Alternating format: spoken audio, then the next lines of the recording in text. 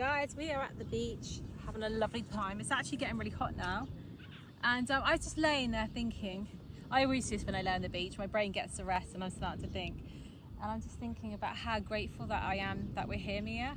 Aw, yeah, me too.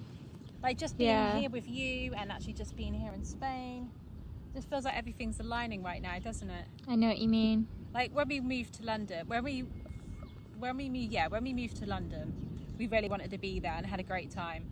And we were there for like 2.5 years, and I feel like towards the end of it, we were ready to go somewhere else. Yeah. We're kind of like a slow travelling family, aren't we, really? Yeah. But I feel like since we've been here, me and Darren has said, I mean, you never say never. Yeah. But we actually do feel like we're going to be here for longer than like 2.5 years. I feel like we do want to settle down a little bit more, because this place is just perfect. It's got everything that we could want here. I know it's got what you an mean. amazing culture. Yeah. It's a really we've got everything that we can need here materially.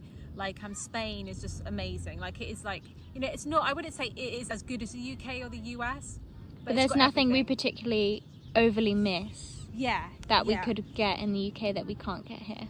I know, and like whereas like when we were in Costa Rica, there was a lot of things we missed. It's a very different lifestyle there. Whereas like, here it's not like a massive difference to what we're used to in our country. Yeah. Organic food and everything here is like really celebrated. Like in Europe, people really appreciate organic food. Yeah, they do. So that's amazing. And healthy living. Organic food and vegetables and fruit grow really, really well here. So that's really good for us. Like you can get loads of fresh mangoes, avocados, tomatoes, papaya, bananas. They're all grown here, which is just amazing.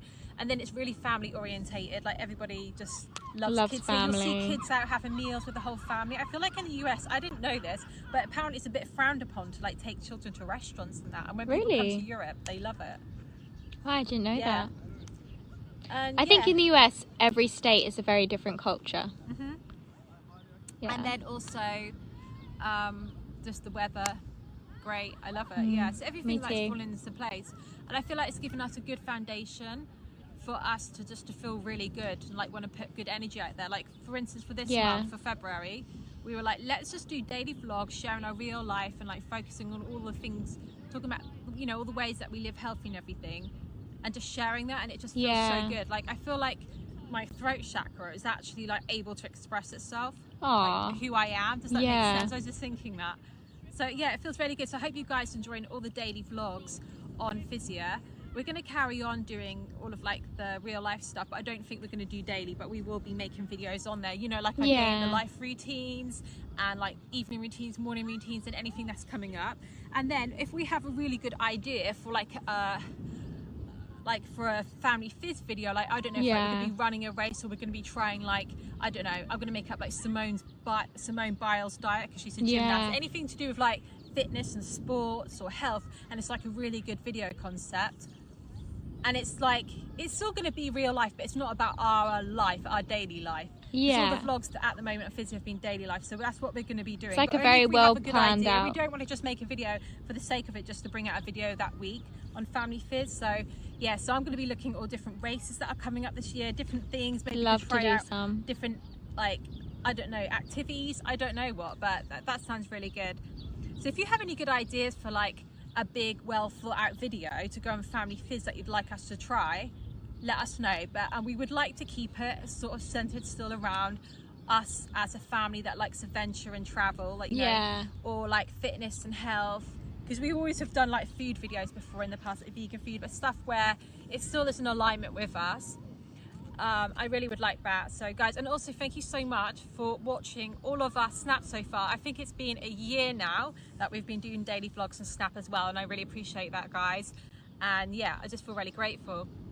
And it's also just making me think as well, like if you don't know like our full story, like it's sometimes when I do this as well, sometimes when you see other people online, or you know of like celebrities or like successful people out there, like business owners, sports people, YouTube creators, whoever it is, you kind of only have known about them since they've been successful, because you didn't know them before. You've never seen all of the years and hours that have gone into them building up to that moment of when they're then recognized.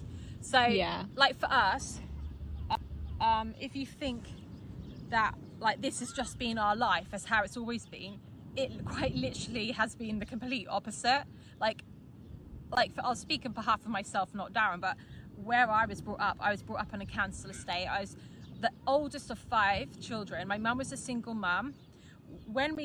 I was only made aware of this, not that I was trying to look out for it, but when I went to school, then I suddenly became aware that I was like one of the poorest families at school.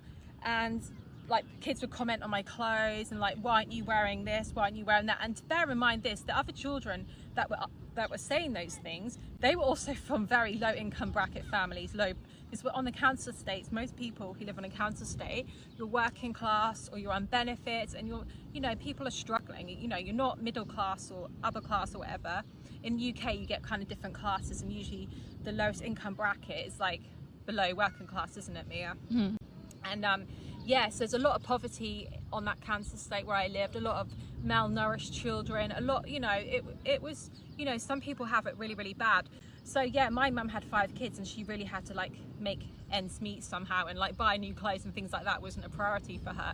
But like when you go to, this is one of the things which is a bit cruel about school, like you are happy with your life, you don't know like if something's lacking, because it's or just not, normal to until you go to school and other kids point it out, like that, like that question, like what did you get for Christmas, and that all that comparison.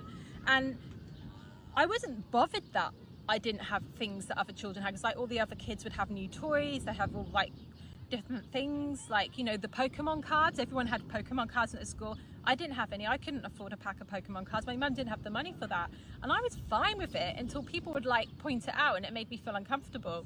So as a kid I was quite aware that my family didn't have any money. I always noticed how like before my mum and dad broke up, like there's always financial issues. All other members of my family are not wealthy at all, or working class, or like struggling in a way. I've never ever been around wealth in my whole life, and I guess that was normal for me, and that was my set point, and I just thought that was going to be my reality forever. But it wasn't until I got a lot older, in like my late teens, that luckily some people that I met in my life started to plant seeds. And like for instance, there's one girl who I was friends with. She was actually younger than me, which is quite inspiring, and I think she was quite motivated. She's one of those girls where she wanted to do something with her life, and like she was really kind to me and supportive. Like she'd take me and you out, Mia, to the beach, and we'd have a nice time with her.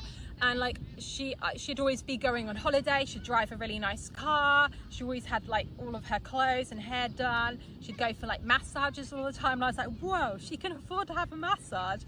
And rather than instead of me getting jealous or envious of her, I kind of found that inspiring, and I turned what could be a feeling of envy outwards.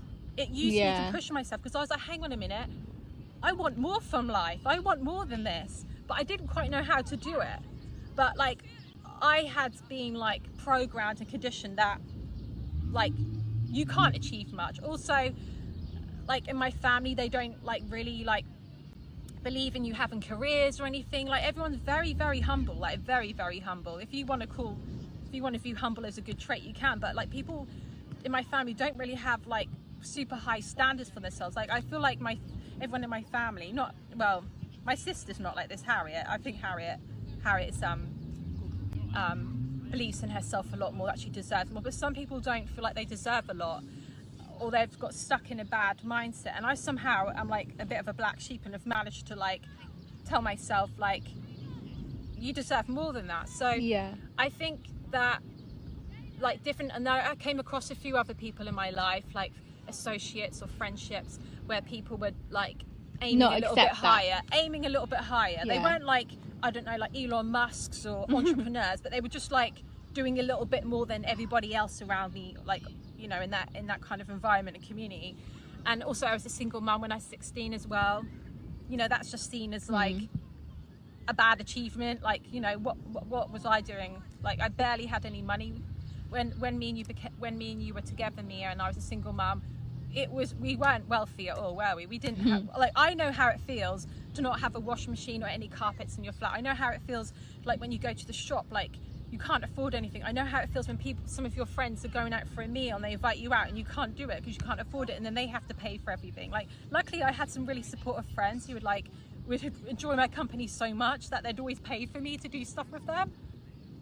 But I couldn't do it for them. I couldn't reciprocate. I couldn't tip, like everything. If someone invited me out for coffee, it was like a big ordeal to be able to do stuff like that, because I had to spend what money I did have on the most practical, essential things like food and things like that. So it was really, really good. I think just before I met Darren, I then decided that, and I was then able to, because you just started school, that I was going to go and get a degree and be a teacher, because I thought a teacher would be the ideal job for me, because I loved English literature, and I thought I'll do that as my degree, and then after you've done your degree, you get that in English literature, then I could then do 1 year studying to become a teacher. And I thought, right, that's how I'm going to break out of this cycle. This is how I'm going to elevate myself and give myself the confidence to, it's not just about the money, by the way, it's about that I wanted to free myself from the chains of not having any money. Like, not having any money means you are just held back in life so much, because you can't do anything. Like, for instance, if you want to start painting or being an artist, or like have a nice beautiful hobby, like I don't want to start tennis, you need money for that. If you want to explore the world, to visit people, like my friend, it just equals freedom. Freedom. One of my best friends moved to Australia, and I couldn't even go and see her. Like, it was so heartbreaking because I couldn't afford to go and see her. Like, everything was about money, what was holding me back in life to express myself. Like, the universe or God or whatever you want to believe in wants you to express yourself. Like, God wants to express himself through our actions and ourselves. And in this material world, money is one of the avenues for that. So if you ever see us doing like affirmations of money, those money affirmations or talking about money, it's because money's a tool. Money is a tool, and we have to train our brains. I had to train my brain to get out of the poverty, poor mindset that I was born into. I had to want it, and I did want it.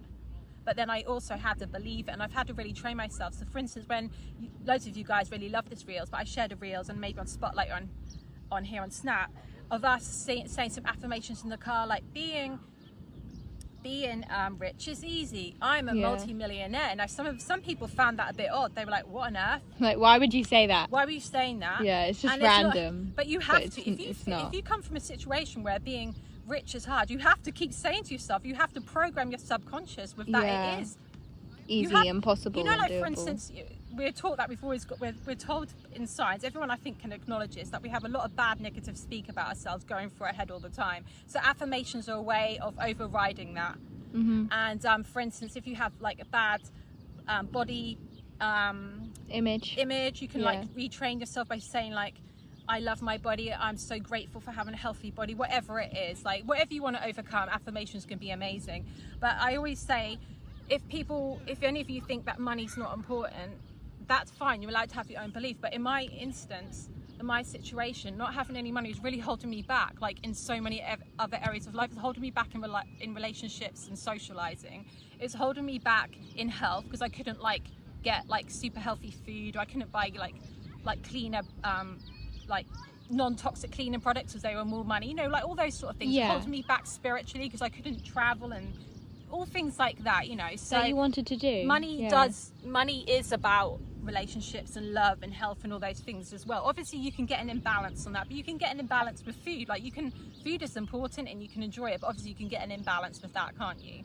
With anything in life you can get an imbalance with love. Like, if you're just constantly just obsessed with trying to find your perfect mate, and you like keep going in and out of relationships and you're never like satisfied with anybody, or like you keep like you get with somebody and then you're like cheating or whatever it is. You get what I'm saying. You can get anything with that's positive and love. Basically it's neutral, it's just how you use it and your attitude towards it. So anyway, so I was training to become a teacher because I thought that was my way of breaking out of my financial situation. And then like it would give me enough money to be able to buy my own house and to go on holiday, all those things. And also I really love the idea of being a teacher, because that was always a dream of mine as a child. But plus also I like the fact that I'd get summer holidays with you, Mia. Because I was thinking in the terms of being a single mum the whole time. I was never thinking that I was going to be married and having kids with Darren. I was like, how can I support myself financially and have a child and be a single mum and do that? So being a teacher sounded good. But then I ended up meeting Darren, and then I just think that it was so meant to be. And then together, both of us came from very similar backgrounds where we came from not wealth or what some people always use that word privilege. We don't come from privileged backgrounds, even though but everyone has a privilege. Like, as in, like, everyone has a different, like, in their life. You could say anyone has a privilege. Yeah. But I guess if you're inclined to speak, always like someone who could be worse off than you. Yeah, exactly. But the person who's worse off than you, there could be someone even, like, it's all different. Everyone has a different challenge in their life. Yes, but you could say it was very challenging, my background that I came from. Single mum.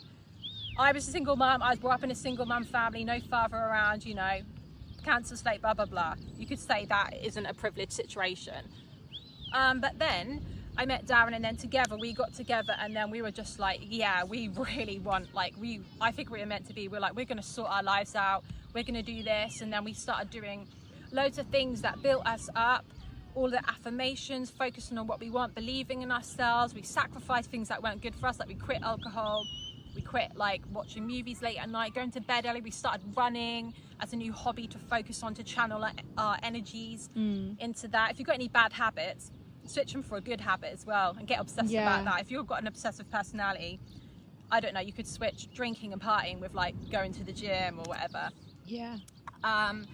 So I think what my point was, I don't know what tangent I've just gone off. I don't know if any of this makes sense, but my point is, if any of you watching this right now and you see the life that we've got right now and you think, oh wow, they've got it so lucky, or it's all right for them, you know, they've got good genes, they've got money, blah blah blah, like we actually had to put loads of effort into this, and we had to really get out of our comfort zone, and we had to like shed layers of the past off us, like toxic thoughts and emotions, all of the programming that we had from the communities that we were brought up in, from our parents. Like I'm stating our parents, but like parents do sometimes pass off on like negative programming to you accidentally through generations. That can get passed down.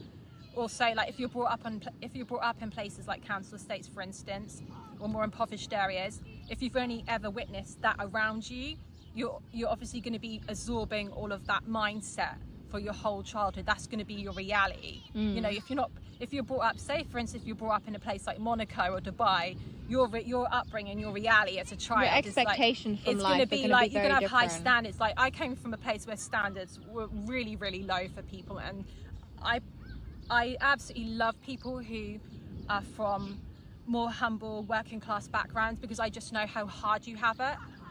Like people who are brought up in those situations, I can relate to them so much because I just know how it feels. Like I've been there, and there's some amazing, like really kind-hearted people, and like they deserve better. Like everybody deserves better. I'm not saying if you live on a council estate you've got a bad reality, but I'm saying this all in the context of where we are now and where we used to be. And I feel like if there's a hierarchy of situations and experiences, living in a mansion and having loads of money and wealth is obviously considered, you've made it and it's privileged, and then living in a council estate is kind of considered, you know, the opposite end of that, isn't it? Or being homeless or something like that. So I'm always just saying this comparison because people are always saying, not all people, but some people, you watch our content and you say, oh, you've got it so lucky, but you forget that we actually were in a situation where some of you might already be now, or even worse than what some of you people are watching. Like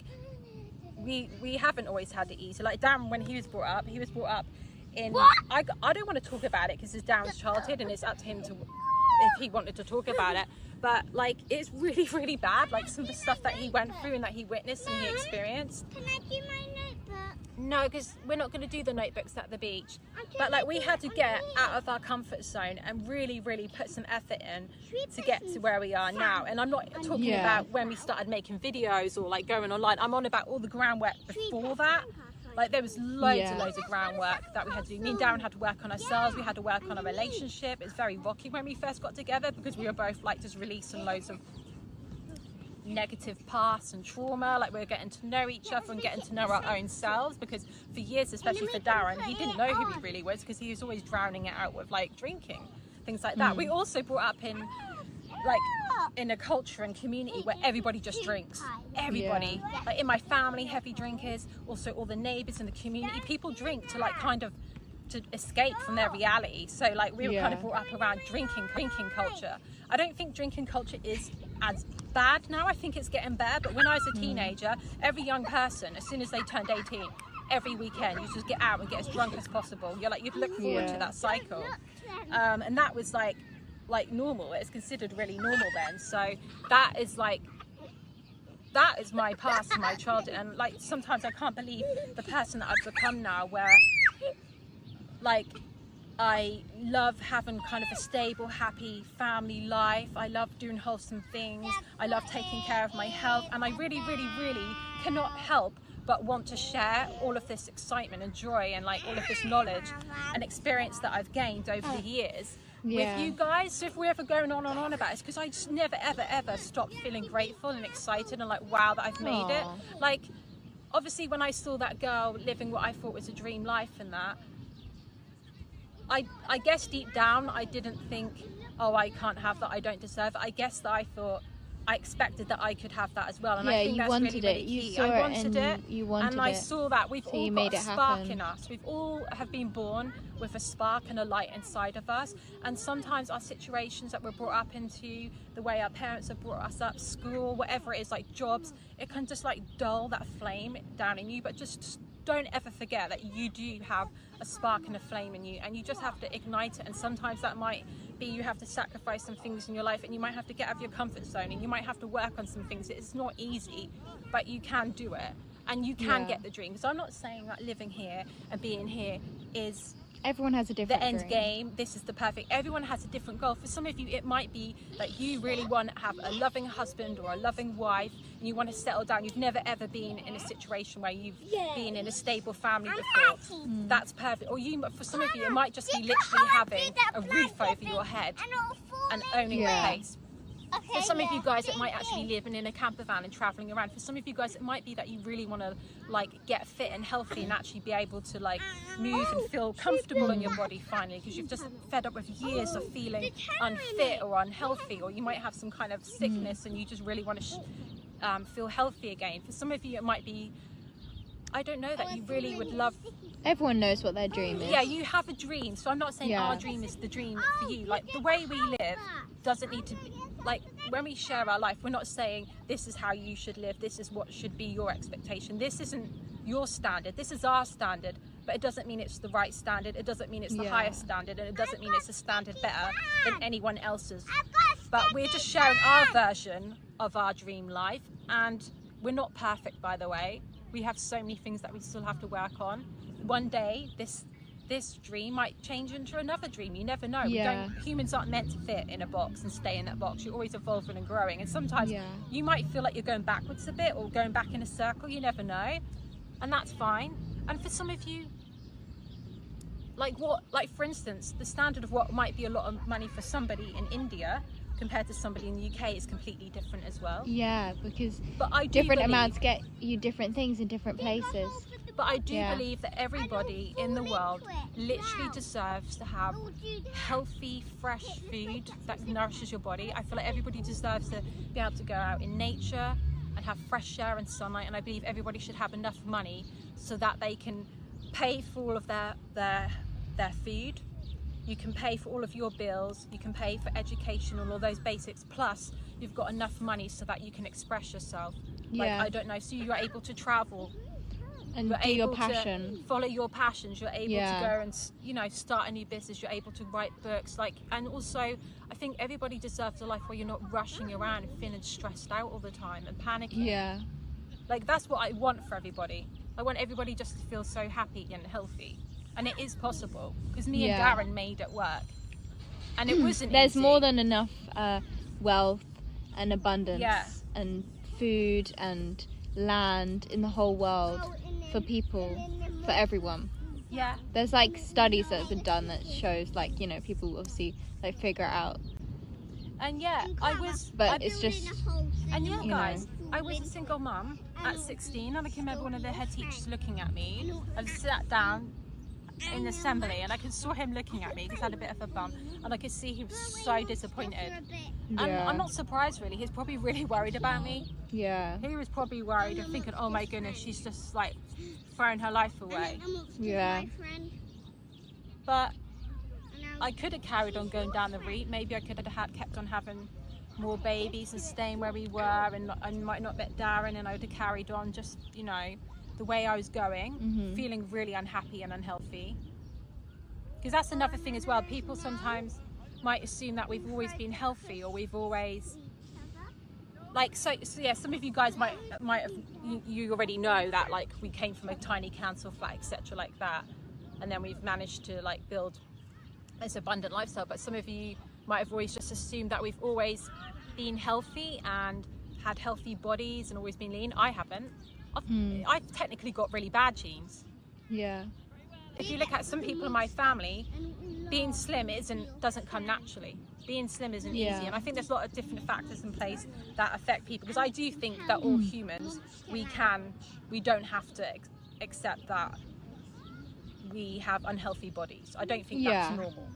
Our bodies are beautiful and amazing. I know that everybody has different body types, but obviously within all the different body types and body shapes, there are obviously examples of how you look when you're out of balance. Does that make sense? So there was a time for all of my childhood when I got to about 8 years old, no, when I was around about 8 years old and my mum and dad divorced, I went through a stage of like binge eating, and I'd go down early in the morning and I'd eat loads of biscuits, and then before everyone woke up, and I was gaining loads of weight. And I got to about 12, and then one of my best friends, I'm so grateful that she said this to me, that she did this out of tough love. She like talked to me and she said, like, I'm really worried about you, Georgie, but you're like gaining loads of weight. Yeah.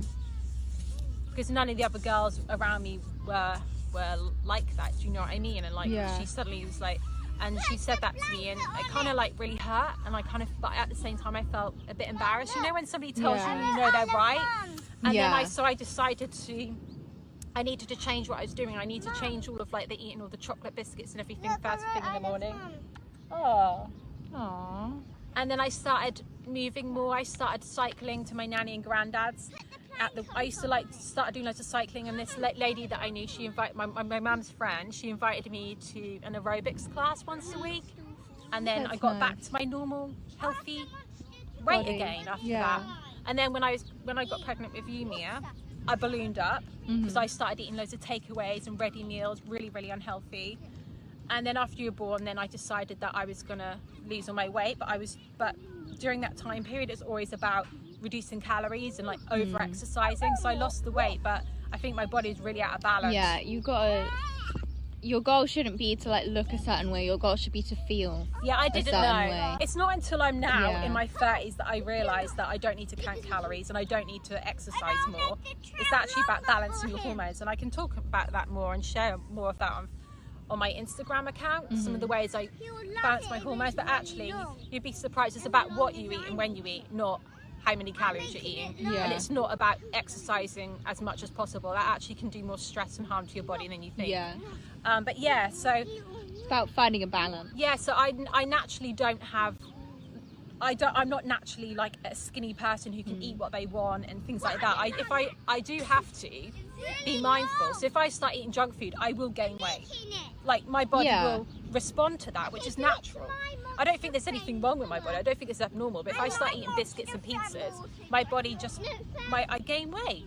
Because where else is all of that energy going to get stored? And all those, or even if someone doesn't gain weight from doing that, you know, it's going to be affecting their body in other ways. Because the body is very strong. But it's only strong to a certain point. Like you still could be stronger, you know. But I wouldn't say like I've had good genes or good health. Like also I in the past I suffered from loads of mental health like problems. Like I felt really, when I say that, I've like felt like really, I felt periods of depression. I wanted to like drown out how I feel with like drinking alcohol. I used to get ill every year with like I know this is like for some people this is quite normal, but every year I'd always get wiped out by a really bad flu or things like that. Like I didn't take care of myself. I used to get really run down. I can remember when I was 18, I was so stressed out. This is when I became a single mum. I got like that glandular fever thing, and I was in bed for like 2 weeks. My throat was so sore, like I was in agony, and I was like bedbound for 2 weeks. Like I'd always get things where I'd just be like bedbound. Such a waste of life and way of living. And yeah, so I could think of more. I was constantly always going to the doctors to get antibiotics, and then as a result I'd always get thrush, and then I'd have to take medication for that. Like I was always going to the doctors, always. It's really bad if I think back to it. Like I was actually like constantly trying to like treat a symptom the whole time.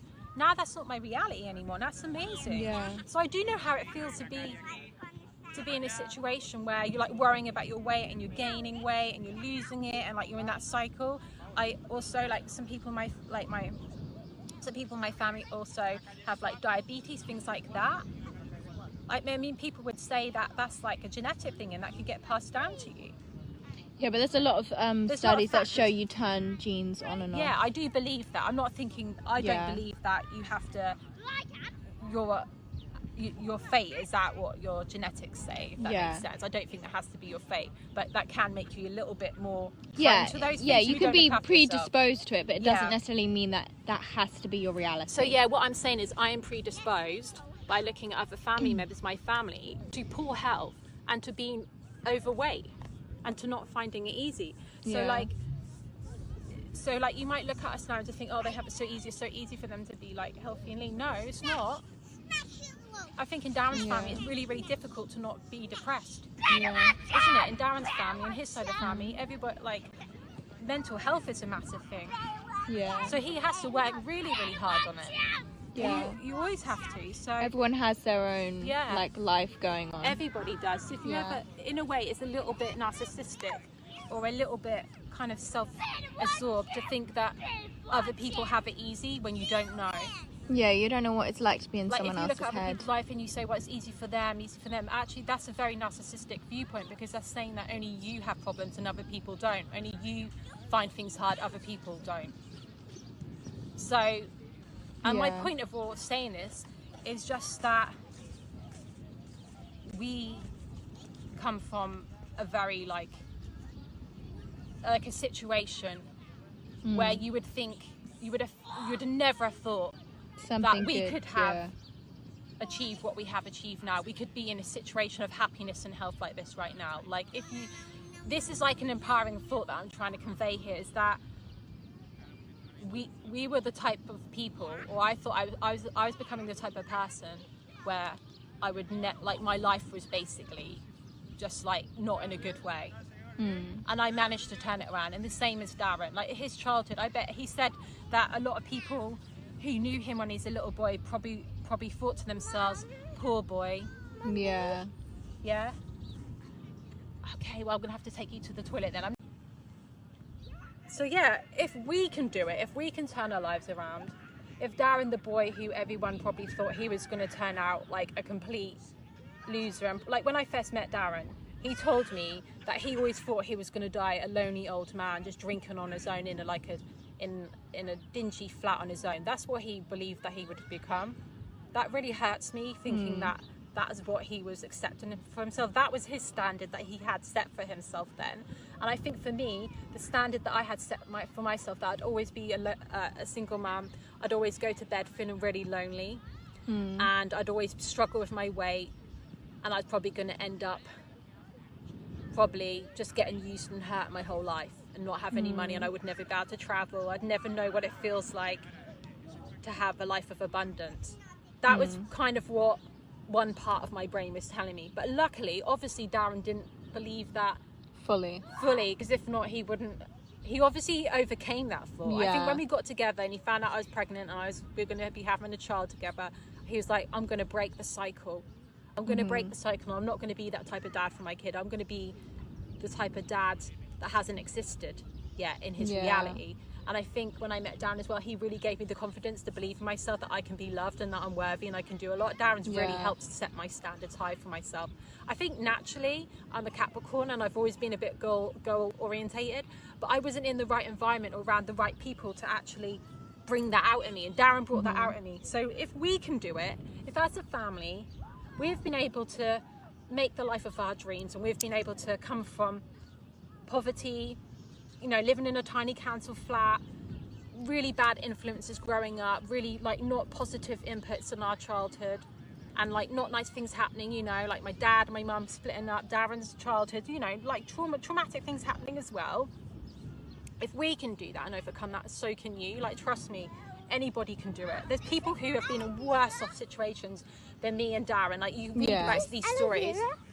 Like wow, there's people. Yeah, that's aloe vera. Oh, there's people who've had way worse situations. Yeah. People who've had the most traumatic childhoods happening to them. People who come from countries and places in the world where, you know, there's wars, there's, you know, they're orphans, things like that. And you hear these stories. Me and Darren listen to a lot of podcasts. We've read a lot of books of people who have like now successful entrepreneurs, and they're living an amazing life now, and they're making amazing products and providing value to the world. Like, they're giving back to the world as well. And like, you won't believe like where they come from. Like, we once read a story about this man. He came from the Philippines. I've read a story about this man, his childhood. I don't want to talk about it. It hurts my heart. I can't. Those parts of the books I have to skip because it's too much. No, that's actually a cactus. That's it's I can't remember what it's called. Cactus fruit. Why did you say Because I thought it was aloe vera when you had but a it's tiny not. shrub. Yeah, if we can do it, and if other people have done it, Yeah. so can we. So can anyone. Obviously, it's going to be difficult, and there's going to be a lot of challenges, and there's going to be a lot of obstacles. I'm not denying and invalidating that. And everyone has a it's different dream. It's not going dream. to be easy, and everybody's is relative to them. Like, it's going to be difficult. You have to get your comfort zone, but you have to just believe that you deserve it and set your standards high and keep getting those standards higher and higher. I think it's a nice way to look at it. Like, set your standards higher in terms of like your friendships, your relationships, your wealth, your health, your experiences, your enjoyment of life. Keep setting them higher, and then you'll get there eventually. But it takes a long time. It's not an overnight thing. I mean, if you start implementing health changes, you will actually like notice the changes sooner and quicker. But when it comes to things like changing actual like where you live and like your income and things like that, and like meeting nice people, does take a lot. Patience. It does take longer time. Like meeting people and like getting the money to be able to travel. You know, got to put a bit of effort in. Although some people do have some crazy stories where they get some very good manifestation. Yeah. You have to look out for those moments and opportunities. There's probably a million opportunities around that you don't notice, because when you're in a negative mindset, you don't spot those things. But once you start getting into a positive mindset, then you start noticing all the opportunities and the good things around you. So that's why it's good to practice daily gratitude and mindfulness on simple things, because then it starts training your brain and your subconscious to start noticing other good opportunities around you and other good moments. Because there's that phrase like, it's not something, it's not what you know, it's who you know. It's who you know. So relationships are very, very important. Don't forget human connection and trying to connect and reach other people that could help you and elevate your life as well. There's going to be, I guarantee, in everybody's life, there's always one person who you've probably come across in your life. It might be a teacher at school, it might be a neighbour, it might be some random lady at a bus stop who's given you a little seed, planted a seed. There's always, you'll notice, you can look back on your life and you might be able to remember opportunities where there's been a person that's planted a seed. So you need to look out for that. You need to look out for those opportunities and really relish them and cherish them and view them as like a little gift from the universe or from God or whatever you want to believe in. So yeah, I hope you like my little talk. I hope you appreciate it. I hope you realise it's coming from a really, really good place. I'm quite a bit of a hyperactive person, and I can talk and everything I'm saying is coming from a place of love and good intentions in me. I hope that I don't offend anybody by what I'm saying. It's meant to be good and helpful, and I'm just trying to speak straightforward and straight talking honestly to you. If I like try and dumb down what I'm saying or try and tone it down and try and be contrived with my words to word it in a way where I'm not going to offend someone, that's really offensive to you, because then I'm just kind of not being myself.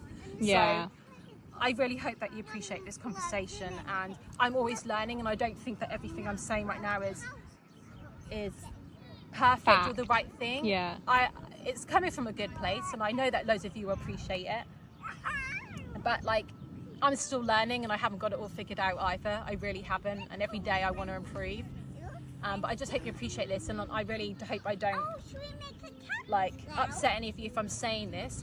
But like, I honestly have just opened up here and just been a bit vulnerable with you, and I hope you appreciate it, and I hope this helps somebody. And I think, like what I said, my whole point of it was just to say, if we managed to do it and we were the most unlikely people ever, me and Darren, then you definitely can. Like, and I wish you all the best. If you're feeling stuck right now, if you're feeling like you want more from life, I'm speaking to you, and I hope this helps. And I love you so much, and we better go now because they're going a bit wild.